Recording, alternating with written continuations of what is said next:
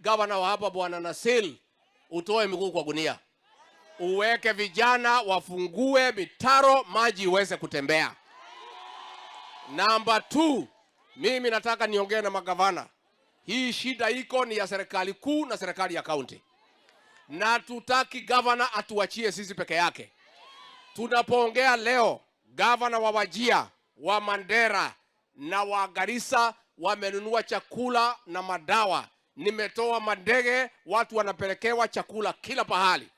Sisi katika serikali kuu tutajaribu kununua chakula, lakini tunataka pia county government of Mombasa, gavana wewe pia utoe pesa ununue chakula, hawa wananchi wapewe.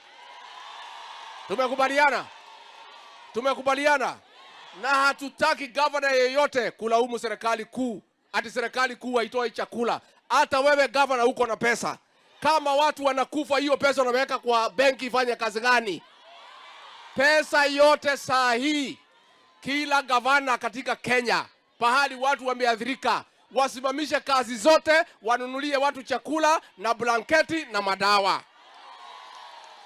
Hii shida ikikwisha, tutarudi kwa mambo ya maendeleo. Tumekubaliana?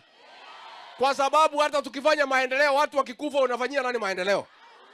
Kuna mtu unafanyia maendeleo? Usimamishe hiyo kazi yote, gavana wewe bwana Nasil. Na mimi nakuambia wewe, hapa Mombasa ndio tuko na shida. Ndio county government peke yake haijatoa chakula kwa wananchi. Na usitegemee sisi tutoke Nairobi.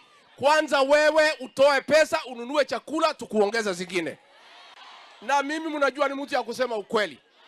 Na hii maneno mimi nataka niwapongeze gavana wa Wajir na Garissa na Mandera. Wametoa zaidi ya shilingi milioni 50 ya kulisha wananchi katika kaunti hizo.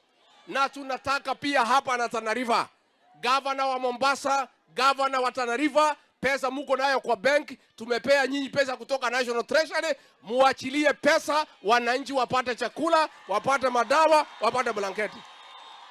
Tumekubaliana? Tumekubaliana?